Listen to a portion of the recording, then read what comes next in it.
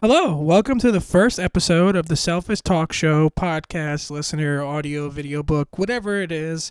It's for me and not for you, so that's why it's a little selfish.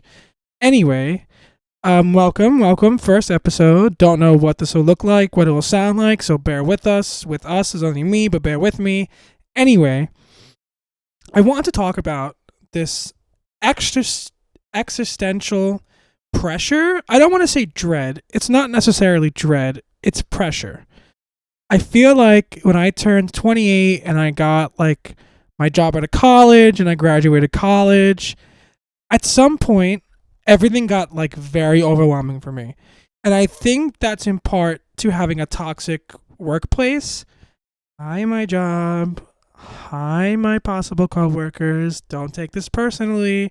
It's not personal. Anyway, I think it started with that. And for a while, I didn't really understand what a toxic job meant. I'm not saying people are terrible there, people are mean. It's just, I don't know. I was in the shower as I have my best thoughts in the shower. I should really make this a shower podcast because I be having some sessions in there. And I just like understood the comparison of like a toxic relationship and a toxic job. And what I mean by that is I've been recently like, close your ears, employer, looking for other jobs and just like checking the market and things like that. And I find myself saying things like, what if this new job sucks? And what if the job I have now is better? And what if the people I meet suck and I miss my coworker? Like, I can see how it's toxic. In the same way, when you're with somebody that is toxic and you love them, you think this is maybe the best I ever get. You think I might not find someone better. Like, those thoughts creep in. And that's what's been happening with me at my current job. It's like, it's so toxic, I'm almost afraid to leave. Like, the thought of leaving or finding someplace else, like, almost freaks me out a little bit. Like, I know I need to do it because personally the job is just not working for me. Due to like, it's not the work itself and it's not the people. It's things that are people's controls. And I can't really put it into words, and I don't really want to go into too much detail because I am still employed. And like I said, it's nothing negative or toxic towards these people. But I find myself coming home upset. I find myself coming home angry. I find myself questioning like my path in life. I find myself thinking like, is this really it? And then I also tackle the idea of maybe because this is my first real big boy job, corporate 9 to 5, things like that. Maybe I just don't want to work because for me, it's like this thing where as humans, we spend all day at work. You spend all day at work. And by the time you come home, you're exhausted. You're tired. You don't want to do anything else. I am a creative person. I've always gravitated towards like media and music and just creating things. I just like to create. And it was hard for me to create when there's so much existential stuff that's bogging me down. And I think this envelops another thought I had, which is imagine if as humans, you didn't have to work a job. How different the world may be. Would creativity like explode? Would we be like in this golden renaissance era? Like, I think that mundane working 9 to 5, no matter how much you love your job, it's not what you want to do. You can comment and yell till the cows come home, I love my job and it's exactly what I want. It's not. Because in reality, none of us really want to work. And I understand maybe you have a job that you love, like your dream job. I'm still searching for it. I'm still trying to create it. For me personally, I think it's something like this. It's something with music. I like people. I like to entertain, things like that. So maybe at some point I will say I do have my dream job and I love working. I watch a lot of celebrities. Pardon me. I watch a lot of celebrities and people talk about like this grind that they're so passionate about their work. Go look at a producer, go look at musicians, they're so passionate about the thing that they're doing. And I want to be that passionate. And I was. In the beginning of my professional career, I was that passionate. But through burnout and like toxic environments, the passion died for me. And I just don't know anymore. Is the passion dead because I want to do something else and this is not fueling what I thought as I enroll in college for my master's? Or is it just because of this toxic work environment that I feel not motivated and I dread going to work every fucking day? I dread going to work every fucking day. Every fucking day. Like, I have to force myself to go. And I think this is a normal feeling. Maybe it's not. Maybe it's not. But I think it's a normal feeling. And I always said to myself, this is so ironic I'm having this conversation right now. I want a job that I want to wake up for every day. I don't care how much money it pays me. I just want to be able to go, I want to go to work today. Because for me personally, if I don't want to do something, I don't want to do it. And I'm not going to do it. And you're going to notice that my work slacks. You're going to notice that I'm calling out.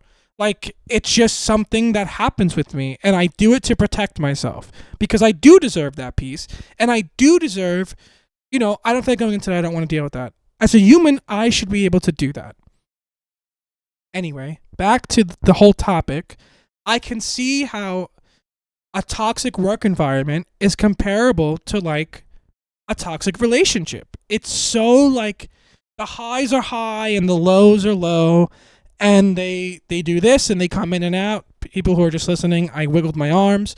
It's like a wave. And not to get too into it, but like a couple weeks ago at work, I had a legit mental breakdown. Like, couldn't control my emotions, was very on edge, and it's scary. It's scary to feel like that.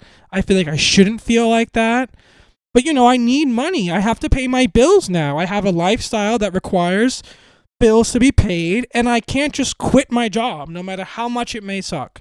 And to pivot a little bit, for the first time in my life, you always hear with depression, oh, that person was so happy. They were smiling, they were so happy. And for the first time in my life, I understand why people take theirs. Trigger warning, please don't take your life. We love you. DM me if you plan to take your life and we'll chat. But I see why people do it, because the existential dread pressure of this life is so overwhelming. It's so overwhelming to get a job I like, to balance that with my own life, my non-work life, to then build relationships, to then continue my career, to find creative outlet. Like, there's so much in life. It's overwhelming, and no one talks about how overwhelming it becomes. You go from a kid in school who just to come home and do their homework and maybe get a job to, like, you got to pay the bills, you got to find a house, you got to get a car, you got to keep up your relationships, make sure your mom's okay, make sure your dad's okay, go to work 9 to 5, but also have time for yourself, have time for friends, have time for relationships, have time. Like, it's just, oh my God. And I think with depression, people take it as you're not happy, and that's why you want to end. Oh, you're lonely, and you're not. No, I think in some cases, and maybe even most, it's this existential, like, strangling. It's so much, and as humans, I just don't think we were meant for this. We were not meant to be doing this. Like, think about it. As soon as you're able to properly work, the rest of your life, Monday through Friday, is dedicated to work. I don't give a shit that you get home at 3 o'clock, 4 o'clock. Most of your day has been wasted on somebody else's shit. Not your shit, some shit for the man, some shit for society. Like, and you get, a couple hours to yourself, but also including those couple hours you have to eat and feed yourself. You need to properly sleep, take care of your life, cook, work out. How the fuck are we supposed to do all this? And then you get 2 days to yourself. 2! And one of those days, I don't even count because come Sunday, I already have anxiety about going to work on Monday. So it doesn't even count. And I don't understand why, as humans, we fucking accepted this. Why have we accepted this? Who decided this is what I want to do? I don't want to do this. And for years, decades, We've just accepted this is the norm. You get a corporate job, you bust your fucking ass until you're 65 and can retire, and then you can do what you want. And like, no. Because there are people who do that and they don't make it to retirement. And your whole life was grinding and busting your ass for somebody else. It's crazy. I don't know what happened to me. I used to not really think this way. But lately at 28, as I get closer to 30, these things are just like clicking in my brain. And I don't know. It's such a terrifying thing when you really think about what the rest of your life will look like and what is expected of you. That's it. It's just sometimes I ponder too hard, and sometimes I really think to myself, why did we do this? Why did we do this? Imagine a world where you got paid to do whatever you wanted, whether that's nothing, painting, gardening, whatever you want to do. You can have a life. You can have a house. You can have a family. You can't do that anymore. I don't know if you even really could to begin with, but you can't do it. Yes, there are some instances where people make art and things and they're fucking creative, or they don't do anything and they make it work, but that's not the norm. And I just don't know why we're supposed to accept this. It's been like this existential dread that I've been carrying.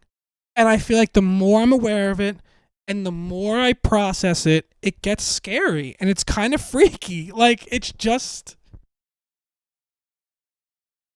Anyway, I see the real truth of depression. Not the real truth. I shouldn't say that because I'm sure people who are depressed are lonely and sad and things. But I see why people take their lives. And I see why people have said being unalive is easier than being alive. There is no pressure. There is no... It's a really scary thought when you think about, as a society, as people, we've kind of manufactured depression. This sounds fucking crazy, and I'm just talking off the cuff. So please do not hold this to me and don't quote me on this shit. But we've like manufactured this shit. People are depressed because they're so overwhelmed by what we've created and what we're expecting. And it's not for everyone. The same way, not every person learns the same way, right? Life shouldn't be the same for everyone. It shouldn't be that way. And that's why I'm just trying to rediscover myself. And I'm trying to find what fuels me and what fires me with passion and things like that. This is going to be short. This is going to be quick. I'm not doing an hour of me fucking ranting about shit that nobody cares about and you skip through half of it. Short and to the point. So, this was the first episode on toxic work environment and existential dread. I hope it made sense, but even if it didn't, I have an outlet to fucking scream into this microphone my feelings. So thank you. Peace and love. See you on episode 2.